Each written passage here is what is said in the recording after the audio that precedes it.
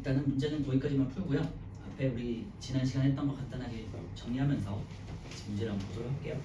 92페이지 한번 보시고요. 지난주에 안 오신 친구들도 하니까 다시 한번 요약해 드릴게요. 물체를 보는 과정과 상을 하면서 이제 이 단어는요, 빛의 성질에 대해서 이제 배우는 단어이고, 뒤에 가면 이제 파동에 대해서 한번 알아보는 거거든요. 그래서 첫 번째 보시면 우리가 이제 이 장에서 배우는 거는 빛의 성질 세 가지를 배우는데, 빛이 직진한다, 반사한다, 굴절한다, 이 세 가지를 배울 거예요. 그래서 직진에 대한 뭐 증거로는 이제 그림자가 있거나 뭐 햇빛, 레이저 이런 것들을 이제 들 수 있죠.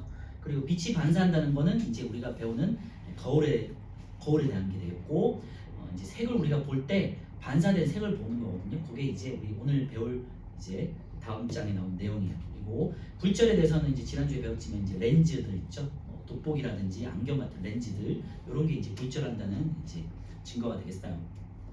이 밖에도 뭐 물속에서 빛이 휜다든지 뭐 무지개 이런 것들이 이제 굴절 때문에 나타나는 현상이거든요. 그래서 다시 정리하면요, 빛의 성질 세 가지, 빛이 직진한다, 반사한다, 굴절한다, 요 세 가지를 이제 이 장에서 배우는 거고요. 그리고 오늘은 뒤에 가서 이제 파동 중에서 소리에 대해서 한번 알아볼 거예요. 물체를 보는 과정이라는 건요, 물체에서 나오는 빛을 보는 건데, 우리가 이제 광원이라고 하는 것과 광원이 있고 광원이 아닌 게 있었잖아요. 광원이라는 거는 빛을 스스로 내는 물체들을 말하는 거고요. 보통 이제 태양처럼 스스로 에너지를 이용해 가지고 만들어낼 수도 있고, 아니면 이제 우리 뭐 백열등이라든지 형광등이라든지 전등, 후레쉬, 그다음에 스마트폰 이런 것처럼 어떻게든 빛을 낼 수 있으면 다 광원이라고 해요. 그리고 광원이 아닌 것들은 뭐 행성, 달 이런 것들 있죠. 스스로 빛을 내는 건 아니잖아요. 반사된 빛을 우리가 보는 거기 때문에 이런 것들은 광원이 아니에요. 그리고 마찬가지로 거울도 광원이 아니고, 여러 가지 빛이 없는 물체들은 이제 광원이 아니게 되겠죠. 그래서 광원의 예를 보시면요, 뭐 태양, 가로등, 촛불, LED 등 스마트 기기, 이제 여러분들 가지고 계시는 스마트폰, 그다음에 모니터들 이런 것 있죠, TV 이런 것들이 해당되겠고요. 번개 이런 것들도 이제 광원에 해당되겠어요. 그래서 보통 이제 문제 광원과 광원이 아닌 것을 이제 구분하는 것들이 많이 나오거든요. 그래서 예를 잘 기억해 주시고요. 그리고 이제 빛의 반사 굴절을 보시면요, 반사라는 건요, 어떤 경계면에 대해서 빛이 입사해서 이제 반사되는 걸 말하는 건데, 경계면을 기준으로 같은 면에 이제 빛이 있으면은 반사, 경계면을 뚫고 들어가서 꺾이면은 굴절이라고 해요. 그래서 입사된 빛을 우리가 입사광선이라고 하고요, 반사된 빛을 반사광선이라고 하고, 그 경계면에 대해서 수직인 선을 법선이라고 해요. 그때 지난주 말씀드렸지만 법선이라는 용어 굉장히 중요하다고 했잖아요. 그래서 법선을 꼭 기억해 두시고, 법선은요 항상 뭐에 대해서 수직인 걸 말해. 그래서 경계면을 대상으로 수직인 선을 법선이라고 해요. 그래서 법선과 익사광선이 이루는 각을 입사각, 그 다음에 법선과 반사광선이 이루는 각을 반사각이라고 했고요. 항상 빛은 입사각과 반사각이 같아요. 이거를 이제 반사 법칙이라고 했죠. 이것은 그리고 무슨 법칙이라고 붙으면 자연계에서 무조건 100% 이루어진다는 소리예요. 그리고 법칙이 아닌 거는 뭐 원리, 이론 이런 게 붙는다고 했잖아요. 그래서 반사 법칙이라는 건요, 무조건 지켜진다 이렇게 생각하시면 돼요. 그래서 입사각과 반사각은 항상 같다. 그리고 오른쪽에 있는 굴절은요, 경계면을 대상으로 빛 같은 것들이 투과해서 들어가서 꺾이는 걸 말하는 건데, 입사각과 굴절각은 같지 않아요. 마찬가지로 입사각은 굴절에서 입사각은 법선과 이제 입사하는 빛이 이루는 각이고요.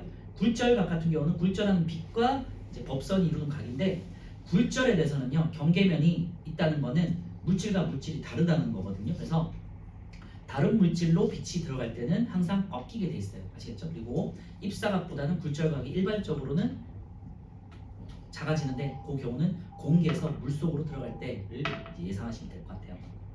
그래서 공기에서 물속으로 들어갈 때는 입사각보다 굴절각이 작아지기 때문에 이제 각이 작아지면서 생기는 현상이 물속에 있는 물체가 마치 떠 있는 것처럼 보인다든지, 물에 꽂혀 있는 빨대가 꺾여 보인다든지, 뭐 이런 현상들이 있어요.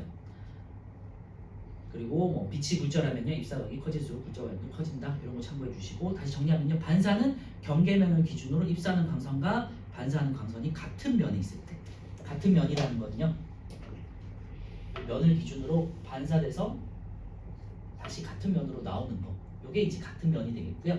굴절 같은 경우는 면을 기준으로 뚫고 들어가는 걸 말하는 거예요. 그래서 다른 면이 있잖아요. 그래서 같은 면에 있을 때는 입사광선, 반사광선이 같은 면에 있을 때는 반사, 튀겨 나오는 거죠, 말 그대로. 그 다음에 어떤 물질에서 다른 물질로 투과해서 들어가서 꺾이는 거. 이게 굴절이. 굴절이라는 용어를 잘 아실 거예요. 꺾인다는 뜻이잖아. 그림을 보시고 반사인지 굴절인지는 같은 면인지 다른 면인지를 보고 판단하시면 되겠고요. 입사광선과 반사광선이 이루는 극들, 입사각과 반사각은 항상 같다. 입사각과 굴절각은 다를 수 있다. 대부분은 공기에서 물속으로 들어가면 입사각보다 굴절각이 작아진다. 이 정도 이제 기억하시면 될 것 같고요. 굴절각이 이제 달라지는 이유는 물질마다 그 빛이 통과하는 속력이 달라지기 때문이에요. 그래서 공기에서는 일반적으로 빛이 빠르게 진행하거든요. 속력이 빨라. 그런데 물속에서는 공기에 비해서 속력이 느려지거든요. 그래서 빨리 가다가 이제 느려지기 때문에 속력이 이제 꺾인다. 이렇게 생각하시면 돼요. 그래서 공기에서 물로 진행될 때는 빛의 속력이 느려지기 때문에 굴절각이 작아지더라. 이렇게 이제 정리하시면 될 것 같아요. 그리고 물체를 보는 과정은요, 아까 말씀드렸지만 이제 광원에서 나오는 빛이 있는데 그 빛을 눈으로 직접 들어오는 게 이제 광원에서의 빛을 우리가 눈으로 직접 보는 거고요. 이렇게 빛이 직접 들어오겠죠.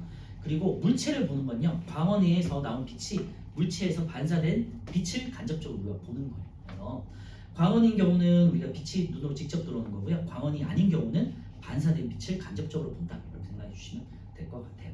그리고 색을 보는 과정은 이제 우리 오늘 뒤에 가서 배울 거고요.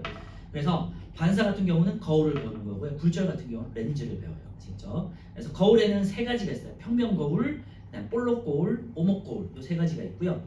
그리고 굴절 때문에 생기는 렌즈 같은 경우는요, 볼록 렌즈, 오목 렌즈 이 두 가지가 있어요. 그리고 거울과 렌즈 같은 경우는요, 상의 크기를 잘 구분하셔야 되겠고요. 상의 크기는 볼록 거울과 오목 거울을 같이 생각하시고요. 오목 렌즈 그리고 오목 거울과 볼록 렌즈를 같이 생각하시는 거고요. 두 개가 이제 상이 생기는 원리가 같기 때문에 라고 생각하시면 될 것 같고요. 볼록 거울은 말 그대로 이렇게 볼록하게 생긴 거울이고 오목 렌즈는 이렇게 오목하게 들어간 렌즈인데 빛이 들어가서 통과하는 거고, 오목 거울 같은 경우는 이제 반사되는 면이 이렇게 오목한 거고요. 볼록 렌즈는 양쪽이 다 이렇게 볼록한 걸 말하는 거예요. 이렇게. 그래서 볼록 거울 같은 경우는 이렇게 반사돼서 나가고요. 오목 거울 같은 경우는 오목 렌즈 같은 경우는 이렇게 빛이 모인다 그랬죠.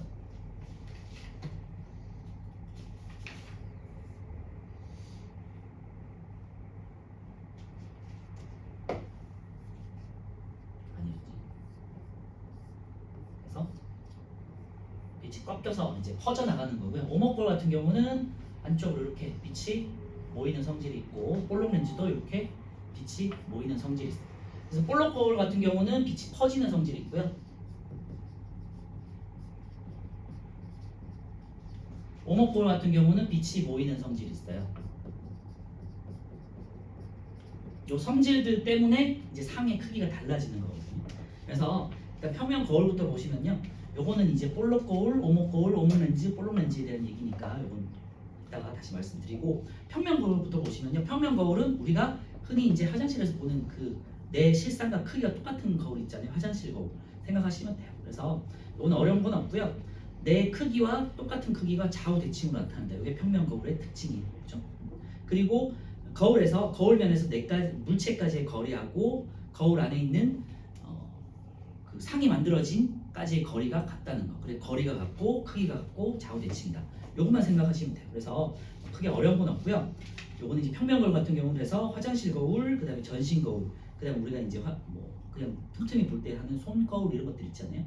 그리고 이제 자동차 같은 경우 룸미러라고 해가지고 운전대 바로 위에 있는 이제 큰 이제 직사각형의 그 거울 있잖아요. 요거는 이제 상이 크기가 똑같이 나오고 좌우가 대칭 거든요. 그래서 룸미러 혹은 백미러라고 해요. 그리고 이제 뭐 잠수함에 있는 잠망경 이런 것들이 이제 평면 거울이에요. 그러면 이제 구면 거울이라고 해가지고 면 자체가 이렇게 굽어 있는 면이 구면 거울인데요. 그래서 구면 거울 같은 경우는 볼록 거울하고 오목 거울이 있고요. 볼록 거울 같은 경우는 이제 어디서 볼 수 있냐면은 커브길 같은 데서, 커브길에서 이렇게 이제 볼록하게 생긴 거울이 있잖아요. 그러면은 저쪽에서 오는 차들을 볼 수 있도록, 그죠? 그래서 멀리서 오는 차가 오는 거를 이제 볼 수 있도록 하는 게 있고, 여러분들은 이제 편의점 같은 데서 이제 구석진 데다가 제일 위에 보시면은 볼록 거울이 있어요. 볼록 거울의 목적은 이제 뭐 보안 거울이라고 그래가지고 보안 거울 혹은 안전 거울이라고 그래가지고 어떤 구석진 곳 아니면 사각진 곳에서 뭔가 어떤 사건이 벌어지는 거를 이제 멀리서도 볼 수 있도록 해주는 목적이라고 생각해 주시면 돼요. 그래서 편의점에 있는 이유는 절도를 방지하기 위함이죠. 그리고 오목골 같은 경우는 안에 이렇게 쏙 들어가 있는데요. 이런 것들은 이제 그 어디서 볼 수 있냐면 그 치과로 혹시 가신 친구들은 치과에서 이렇게 선생님들이 의사 선생님이 입을 볼 때 하는 거울 있잖아요. 아니면은 우리 화장할 때 보는 거울 있어요. 확대시켜주는 그런 용도라고 생각하시면 돼요. 그래서 오른쪽에 있는 애들은요, 오목골하고 볼록 렌즈는 볼록 렌즈의 대표적인 게 돋보기거든요. 돋보기 생각하시면 돼요. 그래서 오른쪽에 있는 애들은 주로 가까이 있을 때는 확대시켜주는 용도가 되겠고요. 볼록골 같은 경우는 일반적으로 멀리 있는 거를 작지만 멀리까지 시야를 확장시켜줄 때, 넓은 범위를 볼 때 쓰는 경우가 많아요. 이 왼쪽에 있는 애들. 그래서 오목 렌즈의 대표적인 애는 이제 여러분들 안경이 되겠고요. 그리고 볼록 렌즈의 대표적인 건 돋보기니까 헷갈릴 때는 이 안경과 돋보기를 한번 생각해 보시면서 판단하시면 돼요. 그리고 볼록 거울하고 오목 렌즈 같은 경우 그래서 이제 상이 제일 중요한데요. 상은요, 볼록 거울과 오목 렌즈는 항상이에요. 항상 작고 바로 선상이에요. 바로 선다는 거는 이제 그 일반적인 물체의 그 위아래가 동일하게 나타나는 거 말하는 거예요. 사람이 서 있으면은 똑같이 서 있는 것처럼 보이는 걸 말하는 건데 똑바로 선 상이라고 생각하시면 되고 오목 거울은 상이 달라져요. 그래서 가까이 있을 때랑 멀리 있을 때가 달라지거든요. 일단 볼록 거울부터 한번 생각해 보시면 이제 우리 편의점에 있는 거울을 생각해 보세요. 멀리 있을 때 되게 사람이 작게 보이잖아요. 그치? 작게 보이고 굉장히 넓은 범위로 이제 퍼져서 보이죠. 그리고 커브길에 있는 S자, 뭐 커브길 같은 데 있는 그런 거울도 마찬가지죠. 저기 멀리서 차가 오는 게 보여야 되잖아요. 이렇게 구분 도로에서는, 그죠? 그런 용도라고 생각하시면 되고요. 오목 렌즈 같은 경우는 이제 안경에서 많이 써요. 여러분들이 이제 쓰는 근시형 안경 있잖아요. 근시용 안경. 그래서 우리 안경 친구는 한 명밖에 없는데 이 안경을 빼서 한번 보시면은 안경을 벗어서 딴 쪽을 한번 보시면요, 되게 사람이 되게 작게 보이잖아요, 그지? 그래서 항상 작고 바르게 보여요. 안경을 썼는데 사람이 뒤집어지면 안 될까요, 그지? 항상 바로 선상으로 보인다는 거 기억해 주시고, 요거에 이제 반대되는 게 오목 거울하고 볼록 렌즈인데요. 오목 거울 같은 경우는 아까 말씀드렸지만 확대시켜 주는 게 목적이에요. 그래서 사람이 가까이 있으면 되게 커져요. 돋보기 생각하시면 될 것 같아요. 그래서 가까이 있을 때는요, 크고 바로 선상이에요. 그런데 이제 멀리 있을 때 바뀌어요. 돋보기를 한번 사용해 보신 친구들 아실 텐데 돋보기를 이제 멀리서 해고 좀 멀리 있는 거 보면요 뒤집어져요. 그리고 작아져, 그치? 그래서 작고 거꾸로 선상이라고 해요. 그래서 상이 제일 중요하니까 잘 기억해 주세요. 예. 그래서 요거를 잘 기억하시고 문제 많이 나오니까 잘 기억해 주셔야 되고요. 굉장히 헷갈릴 거니까 대표적인 거 있잖아요. 오목 렌즈는 안경, 그 다음에 볼록 렌즈는 돋보기 이런 식으로 하나의 그 예를 외워주시고 볼록 거울과 오목 렌즈가 한 세트, 그다음 오목 거울과 볼록 렌즈가 한 세트 해서 어떤 성질이 있는지 볼록 거울 같은 경우는 이제 빛이 퍼지는 성질이 있는데 보통은 이제 넓은 쪽으로 퍼진다고 생각하시면 돼요. 넓은 쪽으로 이렇게 퍼진다고 말이에요. 그리고 오목 거울 같은 경우는 이제 이렇게 모여요. 그리고 여기가 성질이 이제 오목골이나 볼록 렌즈 같은 경우는 조금 두꺼운 쪽으로 모인다 이렇게 생각해 주시면 돼요.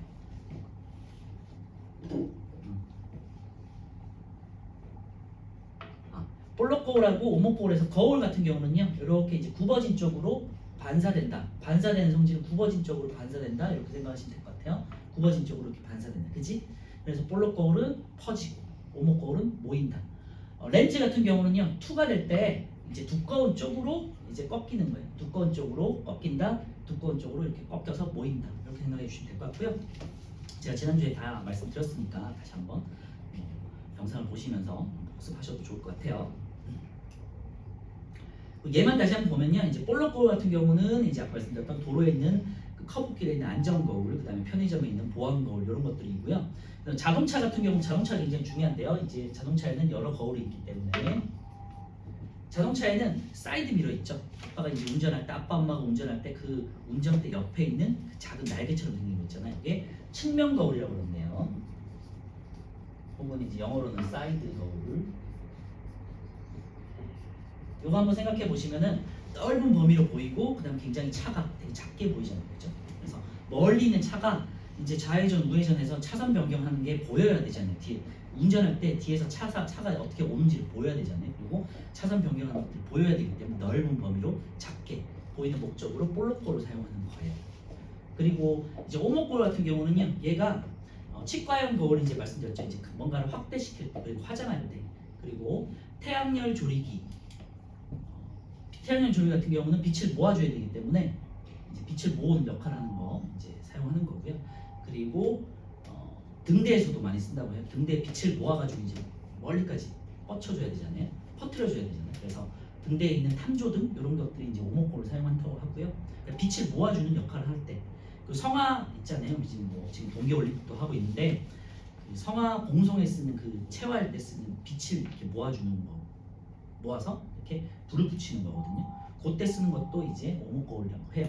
그래서 빛을 모을 때 이렇게 많이 쓴다. 뭔가를 확대하거나 빛을 모으거나 할 때 두 가지 용도로 쓸 때는 오목거울을 쓴다는 걸 기억해 주시고, 자동차 같은 경우는요, 헤드램프라고 해가지고 자동차 앞쪽에 빛을 이제 직진으로 이렇게 퍼뜨리는 용도가 있잖아요. 그래서 자동차 탐조등, 전조등 앞에 있어서 전조등 혹은 헤드램프.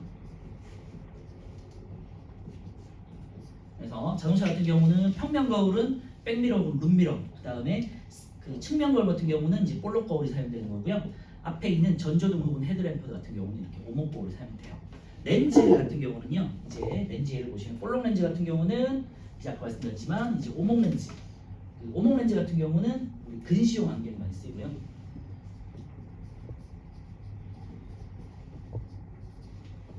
그리고 오목 거울 같은 경우는 이제 원시용 안경이라고 그래가지고 할아버지 할머니들이 이제 나이가 들어서 노안이 되면은 가까운 게 잘 안 보이거든요. 그래서 이제 돋보기 안경 같은 거 쓰잖아요. 물론 이제 그런 친구들도 있긴 하겠지만, 그래서 이런 안경이 이제 확대를 가까이 있는 걸 확대하기 위한 용도예요. 그래서 여기 노안용 생각하시면 될 것 같고, 이거는 보통 일반적인 학생용 생각하시면 돼요. 그래서 만약에 근시가 있다, 그러면 이제 오목 렌즈로 교환을 렌즈로 이렇게 맞춰주는 거고요. 그 다음에 노안이 왔다, 그러면 이제 볼록 렌즈로 이제 교정을 해줘야겠죠. 그리고 볼록 렌즈 같은 경우는 이제 우리 주변에서 많이 쓰는 것들이 이제 현미경 같은 것들이 많이 쓰이거든요. 그리고 망원경에도 많이 쓰이고,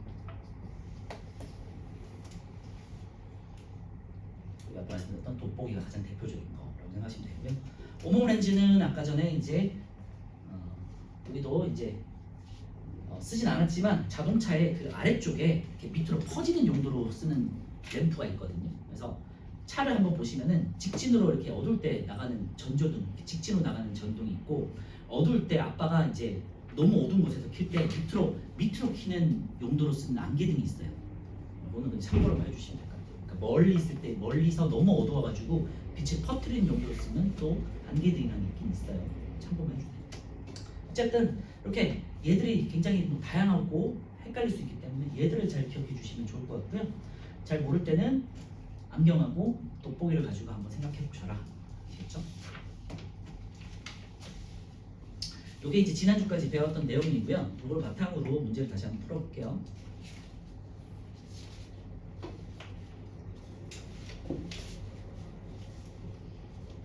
문제 풀기 전에 99페이지 한번 펴보시고요. 여러 가지 거울과 렌즈의 이용, 지난주도 보긴 것 같긴 하지만 다시 한번 확인해 보시면요, 돋보기 있죠. 여러분들 알고 있는 돋보기가 이제 볼록 렌즈가 되겠고요. 손거울, 요게 이제 그냥 일반적인 평면 거울이에요. 그죠? 손거울도 있고, 그다음에 화장용 거울이라고 해가지고 밑에 보시면은 키역이 있죠. 니은하고 키역. 그러니까 남학생들은 아직 잘 모를 수도 있어. 니은하고 키역이 무슨 차이가 있지라고 생각할 수 있는데요. 여학생들이나 아니면은 뭐 어디 뭐 화장실, 이렇게 고급 화장실 같은 데 있잖아요. 백화점 화장실이나 호텔 화장실 같은 데 보시면은 뭔가가 가까이서 확대시켜주는 거울이 있어요. 그래서 니은 손거울은 우리가 일반적으로 아는 거울이 되겠고요. 키역에 있는 화장용 확대 거울 있죠. 요게 오목 거울이에요. 그래서 가까이 가면 굉장히 크게 확대돼 보여요. 왜냐면 화장이나 예를 들면 그 남자들은 이제 면도 같은 걸 할 때 뭔가 가까이서 확대가 돼야 되잖아. 그런 용도로 쓰는 거예요. 화장이나 면도용으로 쓰는 이제 확대형 거울이 있어요. 화장용 확대형 거울은 오목 거울에 해당되겠죠. 그 디귿에 있는 현미경 같은 경우는 이제 볼록 렌즈가 되겠고요. 근시용 안경은 아까 말씀드렸지만 이제 오목 렌즈가 되겠죠. 그래서 뭐 그림에도 나와 있지만 살짝 이제 작게 보여요. 그리고 그 안경을 들고 멀리를 보면요 되게 작게 보이죠. 그 세면대 거울 같은 경우는 일반적인 우리 전신의 모습을 그대로 보여줘야 되잖아요. 그래서 평면 거울을 쓰는 거고요. 비읍은 치과형 거울, 치과 오신 친구들 아실 거고 뭐 안 가보셨다면 이렇게 생겼어요. 그래서 안쪽에 있는 뭔가를 확인하면서 이제 뭔가를 치료를 해야 되잖아요. 그런 용도로, 그러니까 확대하는 용도로 쓰는 거예요. 그래서 이제 오목 거울이 사용되겠죠. 편의점 거울 이제 많이 보셨을 거고요. 이런 식으로 해서 뭔가가 굽어지면서 나타나고 넓은 범위로 작게 나타나죠. 이게 이제 대표적인 볼록 거울이 되겠어요. 오른쪽에 있는 도로 안전 거울도 똑같이 이제 생겼죠. 볼록 거울이 사용되고요. 태양열 조리기는 아마 보신 적 없을 텐데 이런 식으로 오목하게 파여가지고 빛을 이렇게 모아주는 역할을 하는 거예요. 그래서 이제 데울 때 열을 가열시켜서 뭐 냄비 같은 걸로 사용할 때 냄비를 데울 때 사용한다고 해요. 그리고 자동차 안개등은 이제 헤드램프 아래쪽에서 뭔가 이제 빛을 퍼뜨리는 용도로 사용하는 거고요. 보시면은 그 위쪽에 큰 램프가 있죠. 우리가 일반적으로 어두울 때 쓰는 램프가 있고 그 다음에 시골길 같은 데서 아예 완전히 깜깜한 곳에서 갈 때는 밑에 있는 불을 켜요. 이게 안개등이라는 거거든요. 그래서 안개등은 여기 있는 이제 오목 렌즈. 이거는 뭐 아직 잘 모를 수도 있어요, 여러분들은. 그리고 화장용 확대 거울 말씀드렸지만 오목 거울을 쓰는 거고요. 자동차 측면 거울은 이제 볼록 거울이죠. 그래서 여러분 많이 보셨을 텐데 상이 되게 작고 멀리까지 보이죠. 그렇죠? 자, 이걸 바탕으로 이제 그 평면 거울까지는 이제 지난주에 한번 풀어봤었고요. 자, 8번부터 한번 볼게요. 여기는 앞에 제가 요약해 놓은 거랑 한번 문제를 보시면서 한번 풀어보세요. 8번에 볼록 거울에서 관찰할 수 있는 사항은 되고 볼록 거울 같은 경우는요 항상 작고 바로 선상이라고 그랬죠. 그래서 작고 바로 선상 니은이 되겠죠. 그래서 8번에 2번만 맞아요. 이런 식으로 상을 꼭 기억해 주셔야 됩니다. 볼록 거울 오목 렌즈는 항상 작고 바로 선상, 오목 거울 볼록 렌즈는 가까이 있을 때는 크고 바로 선상, 그 다음에 멀리 있을 때는 작고 거꾸로 선상. 8번에 2번이에요. 이거는 외울 수밖에 없어요. 나중에 시험 때. 자, 그리고요 9번. 그림은 어떤 거울면에서 평행한 빛이 반사하는 모습을 나타낸 것이다 돼 있어요. 가 같은 경우는요 볼록한 면에서 반사가 되는데 위쪽으로 퍼지고 있죠. 그래서 볼록 거울인 거예요. 그래서 왼쪽은 볼록 거울. 그리고 나 같은 경우는요 오목한 면이 있고 빛이 직진으로 와서 이렇게 안쪽으로 모이고 있죠. 그래서 나 같은 경우는 오목 거울이에요. 됐죠? 가가 이제 볼록 거울. 구분적으로 퍼진다고 그랬죠. 그리고 오목 거울 같은 경우는 구분적으로 빛이 모인다고 그랬죠. 그림 잘 기억해 주시고요. 이에 대한 설명을 옳지 않은 것도 있는데요. 1번에 가는 볼록 거울, 나는 오목 거울 맞죠. 2번 가는 항상 작고 바로 선상 맞고요. 자동차 전조등 그랬는데요. 자동차 전조등은 이제 오목 거울을 사용해야 된다고 그랬죠. 빛을 모아줘야 되기 때문에 물체가 나에 가까이 있으면 오목 거울 같은 경우는 가까이 있을 때는 크고 바로 선상이라고 그랬죠. 그럼 답은 4번 되겠네요. 그렇죠? 상을 잘 기억해 주셔야 됩니다. 그래서 시험 보기 전에 항상 이렇게 써놓고 시작하세요. 볼록 오목 렌즈 항상 작고 바로 선상, 오목 거울 볼록 렌즈는 가까이 있을 때는 크바, 멀리 있을 때는 작고 이런 식으로 한번 자신만의 방법으로 써놓고 시작하시는 게 실수를 하지 않는 방법이겠죠. 물체가 나에서 아주 멀리 있으면 실물보다 작고 거꾸로 선상. 아까 말씀드렸지만 오목 거울 같은 경우는 멀리 있을 때는 작고 거꾸로 선상 뒤집어진다고 했죠. 그래서 9번에 4번이고요. 10번은요. 가는 뭔가 보니까 확대가 됐고 그리고 나 같은 경우는 작네요. 자, 기억은요. 가는 볼록 거울 돼 있는데요. 나는 오목 거울이다.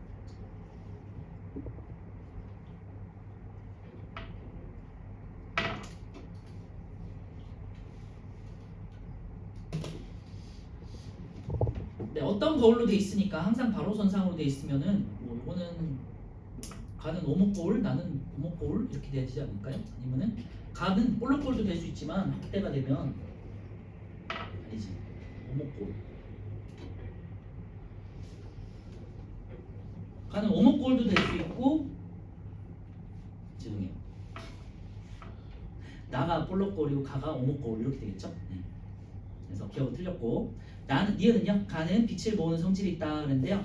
가가 이제 오목거울이니까 빛을 모으는 성질이 있는 거죠. 니은은 맞고, 나는요 볼록거울이니까 넓은 범위를 볼 때 사용하는 게 되겠다. 맞죠? 그래서 니은 디귿 4번 되겠네요.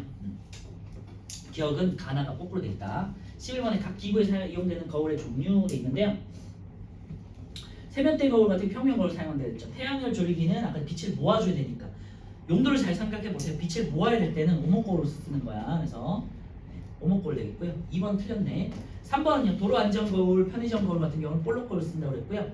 등대에 있는 반사판, 등대에 있는 탐조 등을 말하는 거고요. 그래서 빛을 모아서 퍼트려줘야 되잖아요. 직진으로. 그래서 그 오목거울 쓰는 거고요. 화장력 확대 거울은 이제 뭔가 확대할 때나 뭐 쓴다고 그랬죠? 오목거울을 쓴다고 그랬죠. 오케이. 11번이 2번이고요. 12번은요. 가는요 뚫고 들어가가지고 빛이 퍼지잖아. 요거는 이제 그리고 면 자체가 오목하죠. 그래서 오목 렌즈고요. 오목 렌즈는 빛이 퍼지기 때문에 볼록 거울과 같은 상을 가진다고 그랬고요. 나 같은 경우는요 이렇게 면이 이렇게 볼록하잖아요. 그래서 볼록 거울이 되겠고, 볼록 거울은 이제 모인다 그랬죠. 그래서 볼록 렌즈 같은 경우는 빛이 모이기 때문에 오목 거울과 같은 성질을 가진다고 그랬죠. 1번은 가는 오목 렌즈, 나는 볼록 렌즈가 되겠고요. 2번은요. 가는 이제 오목 렌즈이기 때문에 근시 교정용 맞네요. 12번은 2번 되겠습니다. 나는요. 볼록 렌즈 같은 경우는 원시 교정용 이렇게 이제 생각하시면 되겠고요. 3번은요. 물체를 보면 실물보다 크게 보인다. 이제 나가 되겠죠. 물체에 가까이 대고 보면 실물보다 작게 보인다. 이거는 이제 가가 되겠죠. 나에 의한 상의 특징은 볼록 거울에 의한 상의 특징과 비슷하다 그러는데요. 볼록 렌즈는 오목 거울 이렇게 반대로 기억해 주시면 됩니다. 13번은요. 뒤집어졌네요. 뒤집어지는 거는 딱 이 경우밖에 없죠. 볼록 렌즈를 멀리 했을 때요. 그죠?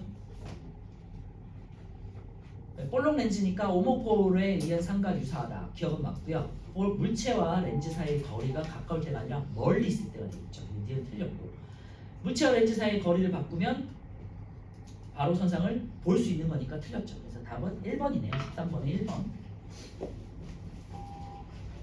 14번은요. 새벽에 잠에서 깨어 안경을 썼대요. 나는 멀리 있는 것이 잘 보이지 않는 근시다 그랬으니까 근시용 안경은 이제 오목 렌즈가 되겠죠. 그러니까 3, 4, 5 중에 있고, 새벽에 일어난 까닭은 망원경 같은 경우는 아까 말씀드렸지만 돋보기처럼 볼록 렌즈를 써요. 그래서 망원경으로 새벽에만 볼 수 있는 별을 각각이 위함이다. 3, 4 중에 하나 있겠죠. 다행히 주변에 돋보기도 이제 볼록 렌즈라고 그랬죠. 14번에 이제 3번 되겠습니다. 용도 잘 기억해 주시고, 15번 여러 가지 거울과 렌즈에 대한 설명이에요. 볼록 거울은 실물보다 작은 상이 생긴다 그랬는데요. 볼록 거울은 실물보다 항상 작고 바로 선상 맞죠? 1번이에요. 오목 렌즈는 이제 거꾸로 선상. 이제 오목 렌즈와 볼록 렌즈 거울 같다 그랬죠. 항상 바로 선상. 볼록 거울, 볼록 렌즈는 반대되죠. 오목 거울은 오목 렌즈와 반대되죠. 볼록 렌즈나 오목 렌즈를 사용하면 작은 물체를 확대한다 하는데 확대하는 용도는 볼록 렌즈죠. 막 엄청 헷갈릴 거예요, 그죠? 볼록 거울, 오목 렌즈, 볼록 렌즈, 오목 렌즈 이렇게 막 섞여 있기 때문에 막 헷갈려요. 그래서 이렇게 잘 정리를 해두시고, 지금은 어쩔 수 없어요. 나중에 공부하실 때 잘 정리해 두시고 꼭 외우셔야 됩니다. 안 외우면 못 풀어요. 헷갈려서. 16번은요. 안경을 낀 지윤이가 공원에서 책을 보는 모습이에요. 책을 보는 과정 그랬는데요. 책을 보는 과정은요. 광원에서 나온 빛이 책에서 반사되어 안경에서 굴절되고 우리 눈에 들어온다. 이렇게 되겠죠. 광원에서 나온 빛이 책에서 반사되고 안경에서 굴절되어 우리 눈에 들어오기 때문이다. 광원에서 나온 빛이 책에서 반사되고 안경에서 굴절되어, 이 친구가 이제 안경을 끼고 있기 때문에 안경에서 굴절된 것까지 써주시면 되겠죠. 안경에서 굴절되어 우리 눈에 들어오기 때문에 책을 볼 수 있다. 17번은요. 가까이 있을 때 작게 됐잖아요. 가까이 있을 때 커지면은 이제 오목 거울이 되겠고요. 가까이 있을 때 작아졌으니까 작고 바로 선상은 볼록 거울의 특징이죠. 그래서 물체를 비춰본 거울은요 볼록 거울. 거리를 점점 멀리 하면요 더 작아지겠죠.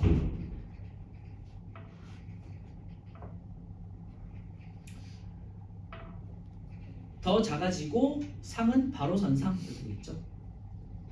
18번은요 유리구슬을 통해서 풍경을 바라봤다 그랬어요. 유리구슬을 통해 풍경을 보면 풍경이 거꾸로 보이는 거다 그랬는데요. 유리구슬이 이제 오목거울의 역할 혹은 볼록렌즈의 역할을 하기 때문이죠. 네, 볼록렌즈가 되겠죠. 그래서 빛이 이제 굴절돼서 이제 작아 보이는 건데요. 유리구슬은 볼록렌즈의 역할을 하기 때문이다. 이렇게 쓰면 되겠죠. 유리구슬은 볼록렌즈의 역할을 하기 때문에 멀리 있는 물체를 보면 작고 거꾸로 선상이 나타난다. 구체적으로 쓰려면 이렇게까지 쓰시면 되겠죠.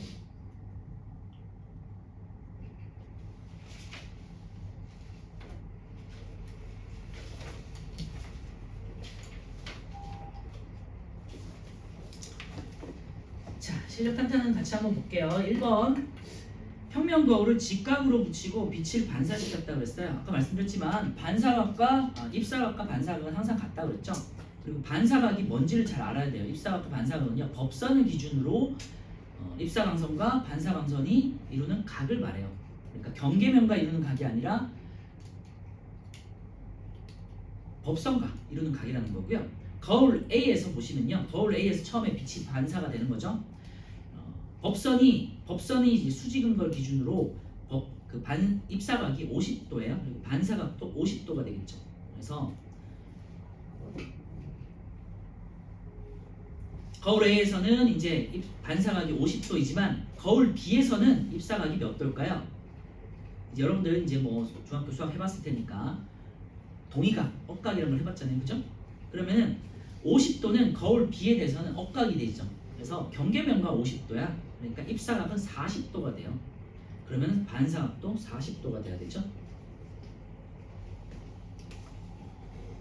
여기서 여기가 50도였잖아요. 여기가 50도야. 그러면은 이렇게 이제 반사가 돼서 들어가는데 여기가 50도면 억각으로 여기가 50도인 거예요, 그죠? 그러니까 여기는 40도인 거예요. 그러면 마찬가지로 반사각도 40도인 거예요. 무턱대고 이제 50도라고 쓰는 친구들도 있을 수 있는데 이제 억각이기 때문에 입사각은 40도가 된다는 거를 잘 기억해 주셔야 돼요. 그러니까 입사각과 반사각이 같으니까 40도, 40도에서 1번이 되는 거예요. 아시죠? 자, 2번은요. 오른쪽 그림과 같이 민유리가 평면 거울 앞에 서서 거울에 비친 자신의 발을 보았다. 이에 대한 설명으로 옳은 것은 돼 있고요. 그러고 보니 다 아시는 거죠. 대부분은 연연을 했으니까. 이제 평면 거울이기 때문에요. 내 모습을 그대로 볼 수 있는 거죠. 그래서 발을 비춰 볼 수 있으므로 평면 거울은 광원이다. 이제 광원이 아니죠. 광원이라는 건 스스로 빛을 내는 거고 거울은 빛을 반사시켜 주는 거예요. 그래서 이번은 1번은 틀렸고 민유리가 거울에서 1m 떨어져 있대요. 거울을 기준으로 1m 떨어져 있으면 거울 안에 있는 나도 1m 떨어져 있는 거예요. 그래서 거리가 같고 크기가 같고 좌우만 대칭이다. 됐죠? 2번은 틀렸어요. 답은 3번인데요. C 지점에서 반사된 빛이 눈으로 들어와서 발에 상을 볼 수 있는 게 되겠죠. 네. C는 이제 절반 지점에 있는 거기 때문에 눈의 위치에서는 절반만큼을 아래쪽을 볼 수 있는 거예요. 그래서 발의 위치를 볼 수 있는 게 되겠죠. B 만약에 그 민유리가 B 지점을 보면요, B 지점을 보면 발이 보이지는 않아요. 그 발의 윗부분 뭐 무릎 정도까지만 보이는 거겠죠. C를 보는 거는 C를 보기 때문에 우리 상반신, 하반신의 길이가 같기 때문에 이제 아래쪽도 이렇게 보이는 거예요. 이런 이제 상의 작도 같은 거는 나중에 고등학교 때 이제 배우실 거예요. 자, 답은 2번에 3번 되겠습니다. 4번은요, 거울 속 민유리의 상은 상하 좌우가 바뀐다 그랬는데요. 좌우만 바뀌는 거죠. 상하가 바뀌는 건 아니죠. 그리고 5번도 틀렸죠. 상이 거꾸로 뒤집혀 보일 리가 없죠. 3번에 평면 거울에서 상이 생기는 과정 돼 있는데요. 답은 3번인데요. 니은부터 볼게요. 물체에서 빛이 사방으로 퍼져나가요. 광원에서 빛이 나오고 그 반사된 빛이 퍼지는 거야. 그치? 이게 니은으로 시작되는 거예요. 그 다음에 디귿 입사각과 동일한 반사각으로 빛이 반사한다. 반사 법칙에 의해서. 그 다음에 그 반사된 빛이 우리 눈에 들어오겠죠. 그래서 기억 니은 디귿기요. 그래서 빛이 눈에 들어오고요. 반사하는 빛의 연장선이 만나는 지점에 상이 생긴다. 그리고 이제 이거는 무슨 말이냐면 내 눈에 들어온 빛이 이렇게 거울 뒤쪽 면으로 연장돼서 이렇게 들어가는 게 이제 앞쪽에서 이제 우리가 배웠었거든요. 그건 상을 한번 보도록 하시면 될 것 같고요. 그래서 상의 연장선에 거울에 매치 눈이 이렇게 있고 내 눈이 이렇게 있잖아요. 빛이 반사돼서 이렇게 들어와요. 그럼 이렇게 연장된 상이 물체가 여기 있다. 그러면은 이 빛이 들어오고 이 빛의 경로의 연장선에 물체가 있는 것처럼 보인다. 이런 뜻이에요. 그러니까 같은 거리에 같은 크기만큼 있게 되겠죠. 이 표현이 빛의 경로의 연장선상에 있다라는 표현이에요. 이렇게 거울을 마치 뚫고 들어간 것처럼 있는 것처럼 보이는 것이 그런 표현이니까 기억해 주시면 될 것 같고 복습을 다시 한번 보도록 하세요. 3번에 이제 3번 되겠습니다. 4번은요 치과형 거울 같은 경우는 아까 제가 말씀드렸지만 오목 거울이라고 그랬죠. 그래서 확대 가까이 있을 때 뭔가 확대하는 용도로 쓴다. 넓은 범위로 볼 때. 자 치아와 거울 사이가 가까우면 확대된 상, 그죠? 이거 기억 맞고요. 치아와 거울 사이의 거리에 관계없이는 아니죠. 가까울 때랑 멀리 있을 때랑 상이 이제 달라진다 그랬죠. 크기도 달라지고 상의 그 뒤집어지는 것도 달라지고. 5번은요. 책 위에 빈 유리컵을 놓았더니 유리컵 바닥의 두 글자가 실제보다 작게 보였다 돼 있죠. 이에 대한 설명을 옳은 것은 돼 있는데요. 가까이 있는데 실제보다 작게 보였다 이렇게 있잖아요. 그러면은 이제 오목 렌즈가 되겠네요. 오목 렌즈, 안경처럼. 그래서 답은 5번 되겠고요. 유리컵 바닥을 통해서 물체를 보면 항상 실물보다 작고 바른 선상. 5번에 이제 5번 됩니다. 가까이 있을 때 만약에 확대됐다 그러면요 볼록 렌즈인 거고요. 가까이 있는 작아졌다 그러면 오목 렌즈인 거예요. 그래서 이거를 지금 여기 있는 것만 잘 외워두셔도 문제 푸는 데 크게 지장 없는데 외우지 않는다면 사실은 되게 헷갈리는 부분이죠.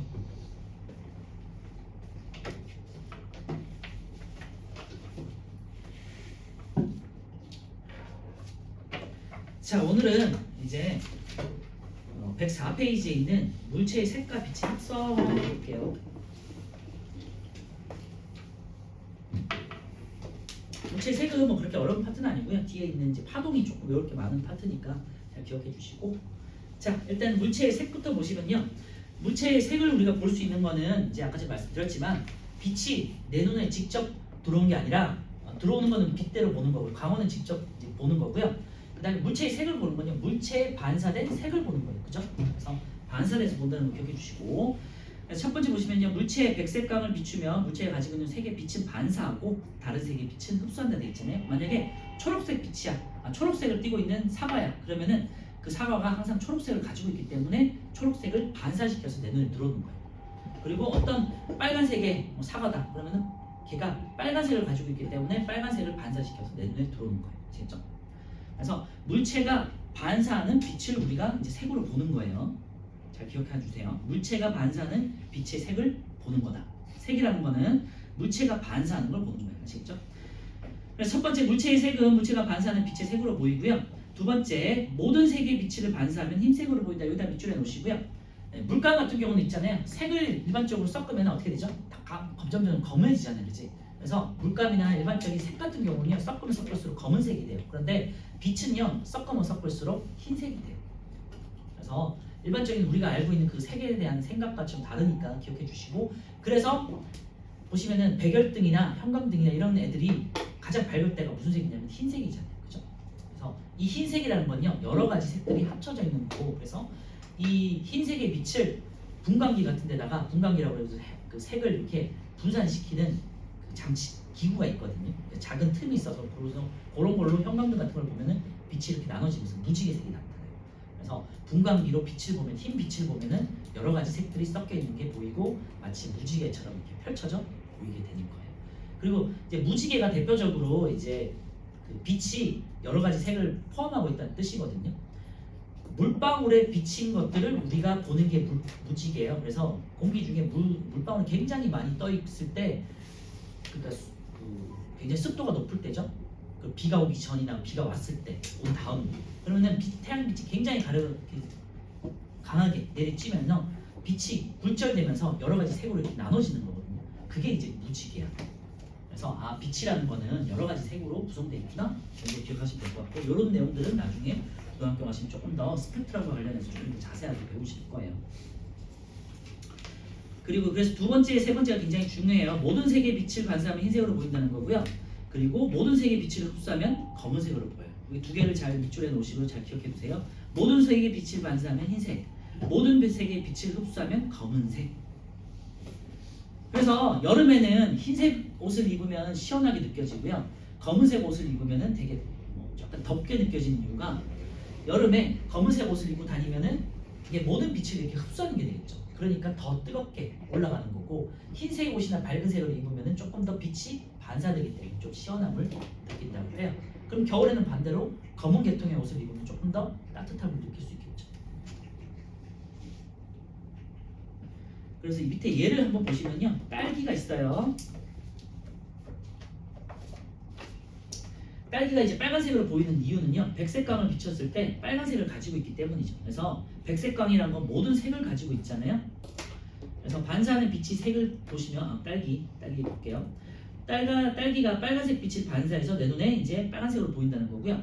딸기 꼭지나 이렇게 줄기 부분은 초록색이잖아요. 그 이유가 이제 초록색을 가지고 있고 초록색을 반사시키기 때문이에요. 하얀 강아지는 이제 흰색이고요. 그 옆에 있는 검은 강아지는 검은색 고양이군요. 고양이는요. 반사하는 빛이 없고 모두 흡수하기 때문에 얘는 까맣게 보인다는 거예요. 그리고 백색광이라고 해가지고 흰색 이제 빛이 이제 백색광으로 이제 불리거든요. 백색을 가지고 있는 빛 이런 뜻인데 요거를 이제 프리즘이나 이제 분광기 같은 데서 보시면은 프리즘 아시죠? 이제 수정처럼 생긴 이제 삼각형 모양으로 되는 건데 여기다가 이제 빛을 비추면은 이렇게 무지개 빛이 나죠. 그래서 빛은 여러 가지 색으로 나타나는 걸 다시 한번 확인하시는 거예요. 그리고 2번에 보시면요. 광원의 색에 따른 물체의 색돼 있는데요. 백색광과 빨간색 조명과 초록색 조명과 파란색 조명을 이제 똑같은 이제 장미꽃에다가 비춰요.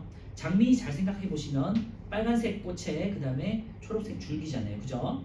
그래서 우리가 일반적인 빛을 비춰요. 백색광에는 모든 색이 다 있기 때문에 빨간색도 반사되고 초록색도 반사되니까 각자의 그 기관마다 꽃 같은 경우는 빨간색이 반사되고 줄기나 잎 같은 경우는 초록색이 반사가 되겠죠. 그죠? 그런데 이제 빨간색 조명을 비춰요. 이 조명에는 빨간색만 있어. 그럼 빨간색만 반사할 수 있는 거죠. 그러니까 그 장미꽃은 빨간색으로 보여요. 빨간색이 반사되니까. 그런데 잎 같은 경우는요. 초록색이 없기 때문에 초록색을 반사가 안 되고 그냥 빨간색이 흡수가 되는 거죠. 그러니까 초록색이 반사가 안 돼서 까맣게 보이는 거예요. 아시겠죠? 좀 헷갈릴 수 있어요. 초록색 조명을 비추면요. 반대로 그러면은 꽃은 까맣게 보이고요. 그리고 잎 같은 경우는 이제 초록색을 반사시킬 수 있으니까 초록색으로 보이는 거예요. 근데 만약에 파란색을 비춰요. 그럼 어떻게 되냐면요.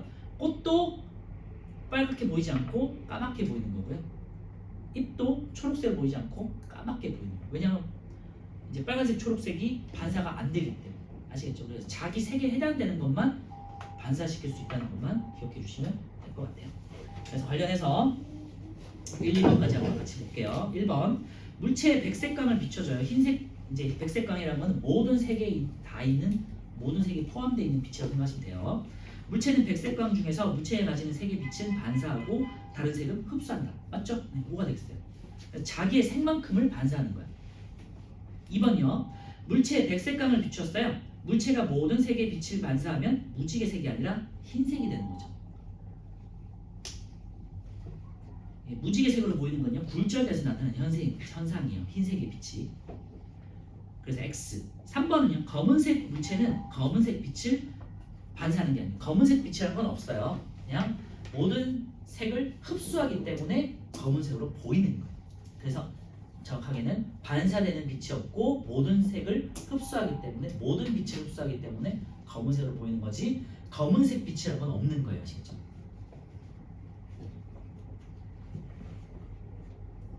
블랙홀이라고 아시잖아요. 우주 이제 잘은 모르겠지만 들어는 보셨을 거 아니에요. 근데 블랙홀은 되게 까맣잖아. 까맣기 때문에 블랙홀이라고 하잖아요. 그 이유가 모든 빛을 주변에서 다 중력이 굉장히 크기 때문에 흡수해서 모든 빛이 다 이제 들어가 버리기 때문에 들어가고 반사되거나 나오는 빛들이 없기 때문에 까맣게 보입니다.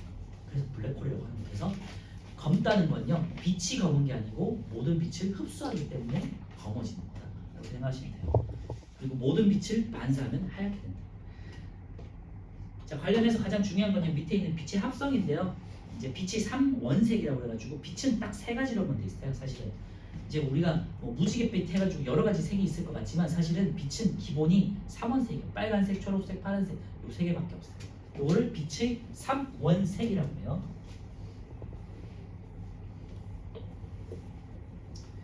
모든 빛 그러면 다른 색깔들은 뭐냐는 건요. 빨간색과 초록색과 파란색의 조합으로 이루어지는 거예요. 그래서 우리 눈에 있는 세포가 색을 감지하는 세포가 세 종류가 있는데 거기에 뭐 원추세포였던 것 같은데 원추세포에 세 가지 색소가 있거든요. 빨간색, 초록색, 파란색 색소로 돼 있어요. 우리 눈에서. 그런데 강아지 같은 경우는요. 이제 세상을 되게 흑백으로 본다고 그러잖아요. 그 이유는 이 세포가 세포가 빨간색, 초록색, 파란색이 아니라 아마 한두 종류만 돼 있다고 들었어요. 그래서 세상을 이제 천연색으로 보는 게 아니라 걔네는 되게 흑백으로 보죠. 대신 이제 코나 이런 게 되게 예민하고. 그래서 빛의 3원색 꼭 기억해 주시고요. 3원색 세 가지 근본이 되는 기본이 되는 색이란 뜻이고요. 빨간색, 그 다음에 초록색, 그 다음에 파란색. 요 세 개가 합쳐지면은 이제 흰색이 돼요. 그리고 자, 이 세 가지 조합에 의해서 몇 가지 색들이 이제 기본적인 색깔들이 나오는 거예요. 빨 더하기 초 하면요 노란색이 돼요. 그 다음에 빨 더하기 파 하면요 이건 자홍색이 돼요. 약간 보랏빛 나는 이제 붉은색 있죠. 그리고 초파, 초록색과 파란색은 이제 여러분들 알고 있는 청록색 들어보셨을 거예요, 그죠? 빨초, 빨파, 초파. 네. 이게 이제 기본이고 만약에 그러면은 제가 주황색을 만들고 싶다. 그러면요 이 녹색에다가 노랑에다가 빨강을 섞으시면 되겠죠. 만약에 주황을 만들고 싶어 그러면 빨초에다가 빨간색을 비치면 이제 약간 주황빛이 나겠죠. 이런 식으로 이제 색을 조합하게. 그래서 빛이라는 건요 이제 물감하고 달라서 세 가지 색으로만 되어 있고요. 빨간색, 초록색, 파란색으로만 되어 있고요. 그 다음에 이게 다 합쳐졌을 때 흰색이 나타납니다. 나머지 색들은 이제 기본적인 3원색들의 조합으로 이루어집니다. 아시겠죠? 그래서 빨초파도 아셔야 되고요. 기본적으로 빨초, 그다음 빨파, 초파가 섞여져 있는 노랑, 자홍, 청록 요까지도 기억해 주셔야 돼요. 나머지 뭐 주황인 이런 것들은 그냥 이제 그때 이제 생각해 보시는 거고 기본적으로 빨초파와 노, 자홍, 그다음 청록이 어떻게 만들어지는지 요거는 기억하고 계셔야 되고요. 가장 중요한 거는 빨간색, 초록색, 파란색이 다 합쳐지면 흰색이 되더라. 그러면은 이제 문제 이런 게 또 나오는데요. 청록색이 있어요. 어떤 색을 첨가하면은 흰색이 될까? 이런 식으로 이제 문제가 나온단 말이에요. 청록색 자체는 초록색과 파란색이 합쳐진 거잖아요. 그러면은 빨간색이 부족한 거지. 그러면 이 빛에다가 빨간색을 비춰주면은 흰색이 된다는 거예요. 그래서 한번 잘 생각해 보시면요. 잘 한번 생각해봐. 여러분들 공연 같은 거 한번 보신 적 있을 거예요. 조명 있죠, 무대 조명. 무대 조명은요 절대 다른 색깔이 없어요. 빨간색, 초록색, 파란색으로 가지고는 이루어져 있어요. 한번 잘 생각해 보세요. 그리고 나중에 한번 뮤지컬이나 공연 같은 거 가보시면 그리고 콘서트 같은 거 가보시면요 다른 색이 없어요. 빨간색, 초록색, 파란색으로만 되어 있어요. 그리고 다시 한번 생각해 보세요. 아니다. 네, 그렇게만 생각해 보시면 될 것 같고요. 그리고 이런 거를 이용해 가지고 신기하게도 우리 TV나 모니터나 뭐 이제 스마트폰이 구성이 돼요. 딱 이 세 가지 색으로. 아시겠죠? 그거에 대해서 한번 알아볼 거예요. 조금만 더 보고 이제 쉴게요. 그래서 빛의 3원색 보시면요 빨간색, 초록색, 파란색을 가지고 이제 그 교집합된 부분들이 이제 노란색, 청록색, 자홍색이고 이게 다 합치면은 흰색이 되더라. 그런 게 이제 나와 있고요. 다이어그램으로 나와 있고. 아까 전에 말씀드렸지만 빨간색과 초록색이 합쳐지면 노란색, 빨간색과 파란색이 합쳐지면 자홍색, 초록색과 파란색이 합쳐지면 청록색. 일단 이 색부터 잘 기억해 두셔야겠죠. 다시 빨간색, 초록색이 합쳐지면 노란색, 빨간색과 파란색이 합쳐지면 자홍색, 초록색과 파란색이 합쳐지면 청록색. 약간 자홍색은 보라색 계열이라고 그랬잖아요. 그러니까 빨파가 합쳐진 게 맞겠죠, 그죠? 그리고 신기하게도 빨간색과 초록색이 합치면 약간 뭔가 좀 밝아 보이는 노란색이 된다는 거. 그다음에 초록색과 파란은 왠지 이제 청록이 될 것 같죠? 잘 기억해 보시고. 그래서 빨초파가 다 합쳐지면 흰색, 백색 강이 되는 거고요. 이런 식으로 잘 기억해 주셔야 합니다. 그래서 빛이라는 건요 섞으면 섞을수록 물감과 달리 더 밝아지더라. 그죠? 네, 기억해 주시고 삼원색을 섞으면 흰색이 된다. 요거 잘 기억해 주십시오. 이번에 그럼 영상 장치에서 색을 표현하는 원리인데요. 뭐 TV라든지 여러분들 뭐 노트북, 그다음에 모니터, 그다음에 뭐 스마트폰 이런 거 다 공통적인 건데요. 화소라는 게 있어가지고요. 작은 점처럼 생긴 빛, 그 램프가 있어요. 그 램프들이 이제 세 가지 색으로 구성되어 있고 얘네가 깜빡깜빡하면서 이제 색을 만들어내는 거라고 생각하시면 되게 신기하죠. 영상 장치에 화면은 빨간색, 초록색, 파란색 빛을 나타내는 화소라는 그러니까 작은 램프가 있어요. 그 램프들이 나오는 빛을 합성해서 다양한 색을 표현한다는데 화소에다가 동그라미 쳐놓고요. 어쨌건 용어는 알고 계셔야 되니까. 그래서 작은 이제 전구라고 생각하시면 돼요. 빛을 가지고 있는 작은 전구. 물론 이제 표현은 화소라고 하지만 다 반도체로 되어 있다고 생각하시면 돼요. 그러니까 반도체의 특징은 이제 여러 가지 회로들을 작은 칩에다가 모아놓고 빠른 속도로 이제 연산을 하는 게 반도체거든요. 그래서 반도체 굉장히 중요하고 이제 여러분들 뭐 AI, 게임, 여러 가지 그래픽, 영화, 영상 이런 거에 반도체가 많이 쓰이는 이유가 이런 것들을 이런 작업들을 하려면 어떻게 되겠어요? 색깔을 여러 가지 수만 가지 색깔을 빠르게 표현해주잖아요. 그러니까 반도체가 굉장히 필요한 거겠죠. 요즘 시대에는. 혹시 뭐 여러분들 잘 모르겠지만 옛날 TV 같은 거 보신 적 있으실지 모르겠는데 옛날 TV는 굉장히 가까이서 보면 이런 화소들이 크게 보였거든요. 근데 지금 그런 현상이 없잖아요, 그렇지? 그래서 옛날에는 가까이 보면요 다 이렇게 점점이 다 보였었어요. 그 입자들이 크게 굉장히 이제 화소가 적었기 때문에. 그래서 TV 같은 거 선전하실 때 보면 몇만 화소 이런 식으로 이제 광고를 했었거든요. 요즘에는 너무 그냥 화소가 굉장히 커졌기 때문에 그런 광고를 잘 하진 않지만 어쨌건 이런 식으로 화소로 되어 있고요. 색깔은 아까 말씀드렸지만 빨, 초, 파 이 세 가지 화소로 구성되어 있어요. 그리고 흰색을 표현할 때는 빨간색, 파란색, 초록색 화소가 다 켜지는 거죠. 그리고 청록색 화소를 표현하고 싶다 그러면은 청록색을 표현하고 싶다 그러면 초록색과 파란색의 화소가 켜지는 거고요. 자홍색은 빨간색과 파란색의 화소가 켜지는 거고요. 노란색 같은 경우는 빨간색과 초록색의 화소가 켜져서 색을 만들어냈다고 생각하시면 돼요. 그럼 이런 이제 식으로 빛의 합성을 활용한 예는요. 스마트 기기 방금 말씀드렸던 내용이고요. 그리고 영상 장치, 그다음에 여러분들 뭐 야구장, 축구장에서 보이는 그 LED 전광판 있잖아요. 이런 전광판들이 다 이런 식으로 구성돼요. 그리고 이제 아까 말씀드렸지만 공연 무대에서 콘서트에서의 이제 조명 장치 이런 색으로 이제 표현하고요. 그다음에 이제 오른쪽에 있는 이제 예술 분야에서는 점묘화라는 게 있어요. 점을 하나하나 다 찍어서 하는 표현들이 있거든요. 이제 요거를 이제 예전에는 이제 점묘학파가 있었어요. 그래서 빛을 이제 표현하기 위해서 이런 식으로 빨간색, 파란색, 초록색으로 하나하나 다 점을 찍어가지고 표현을 했다고 해요. 그래서 오른쪽에 있는 4번에 있는 점묘화만 한번 볼게요. 점묘화는요 물감을 섞지 않고 원색의 물감으로 작은 점을 찍어서 그린 그림이고요. 밑에 있는 그림처럼 이제 에펠탑이 있는데 에펠탑 하나를 이제 확대해 보니까요 여러 가지 색의 점으로 구성되어 있죠. 이런 식으로 화소들이 모여서 이제 영상 장치를 구성합니다. 네. 오른쪽에 있는 문제만 풀어보고 이제 쉴게요. 자, 1, 2, 3, 4, 5분 한번 풀어보세요.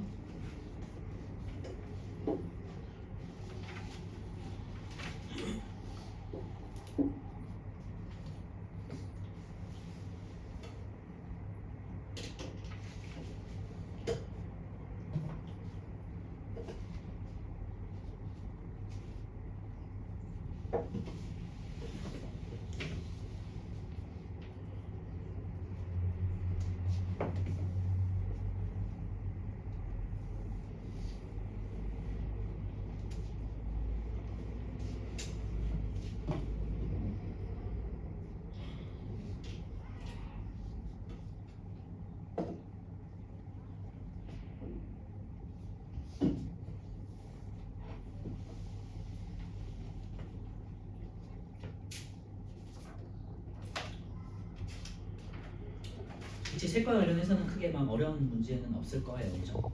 내용은 없고 뒤에 이제 소리에 대해서 조금 배울 것도 좀 있습니다.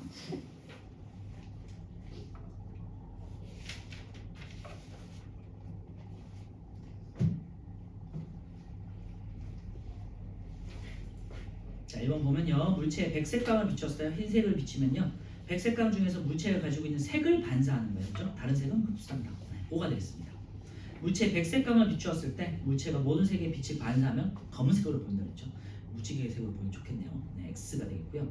검은색 물체는 검은색 빛을 반사하는 게 아니라고 그랬죠. 네, 모든 색의 빛을 흡수해서 검은색으로 그냥 보일 뿐이에요. 검은색 빛이라는 건 없어요.